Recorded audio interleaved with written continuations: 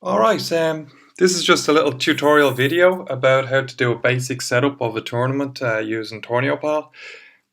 So I'm going to show you how to add in a category, then add in some teams, create groups and knockouts, add a couple of pitches, make the schedule, and then we're going to publish the tournament to a results site.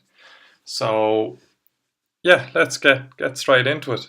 This is just a basic setup page. You don't really need to check this yet. So let's get into the categories. Right, we have 4 categories in there already. Let's add in a 5th one. So you click Add Categories, put in the code, not very important. Under 16, we want it to be boys. Yes, okay, let's go with that. Add categories, right? You can see that has been added. So let's take a look at it. We've got some basic information here. I'm not going to get into this. It's very self-explanatory. Okay, I'm just going to get into adding the teams. So you click on the teams tab there. Let's add in a couple of teams.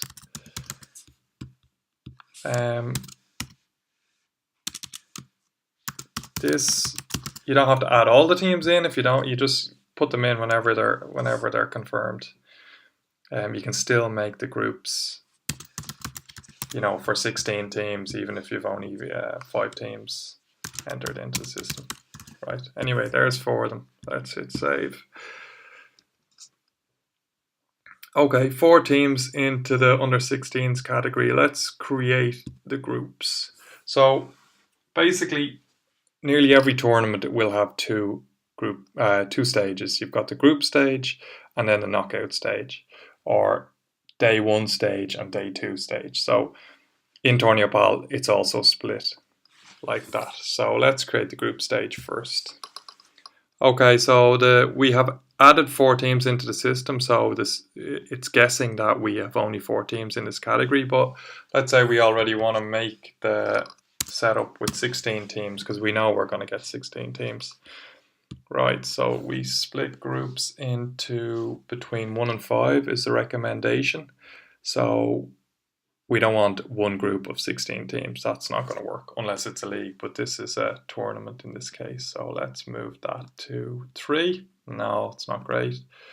4. Okay, that's the best setup, I think. 4 teams in 4 groups of 4 teams. This is for stage 2. So if you want 2 teams to go into the cup stage and 2 teams to go into the shield stage of the tournament on day 2, so you can do it like that. You can have it just like the the World Cup, whatever. So just the top 2 from each group go into a knockout. But let's just put in a knockout stage of cup and shield. 60 minutes per match. Let's just bring that down to 30. This means the total match time. So it's not 2 by 15 minutes equals 30 minutes. In this case, it could be 2 by 12 minute halves. So, and you want the total match time to be 30 to include the breaks at half time and after the match. So let's go with that, 30 minutes. Create group stage. All right, so now we have the 4 groups there. No teams connected to them yet, but let's create stage 2 first, and then we can finish it off. So we've clicked on create stage 2 there. So now the system knows that you're going to have 8 teams in each section because obviously 2 from each group equals 8. So we can rename this to cup, and we can rename this to shield. Then you have the options. Do you want it to be a round robin like another group stage of 8 teams? No, that's not the best option. Knockout is pretty common, obviously.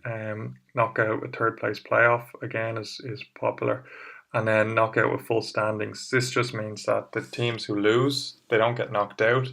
They'll play a second round against other teams that have lost. And then in this case, because there's 8 teams, they'll play a 3rd round against losers as well. So let's just put that in for that. And we'll hit add groups. So now we can take a look. We've got the 4 groups here for day 1, and then we have the cup and the shield. So let's click, and we're already in A. Again, there's loads of details here. I'm not gonna get into all of it on that video, but let's show you the important parts. We're putting the teams in here, so we can see here Chelsea, Man City, A3, Newcastle, Sunderland. Okay, so all those fixtures are ready there. Let's hit save. Again, when the teams are confirmed, you just go into the groups and you can add them later. Now we're just doing Group A. So you can see there's 6 matches there.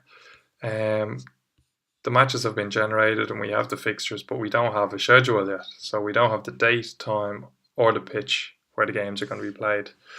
And obviously we don't have a result yet. So we're getting ready to do the schedule now. So, well, first of all, maybe I'll show you the cup stage as well. So this is like code for Group A, first place. That's a Roman numeral of the I to indicate like first place. Here we go, is Group A, second place, 2 I's. So the system does all this automatically. So it knows that in day 2, you're going to have first from Group A is going to play against second from Group C. So we have a lot of experience with tournaments, so we can help you with the different tournament setups. This is obviously fairly simple because it's a 16-team tournament, 3 matches each day, nothing too complicated there. So let's go ahead now and add in a pitch.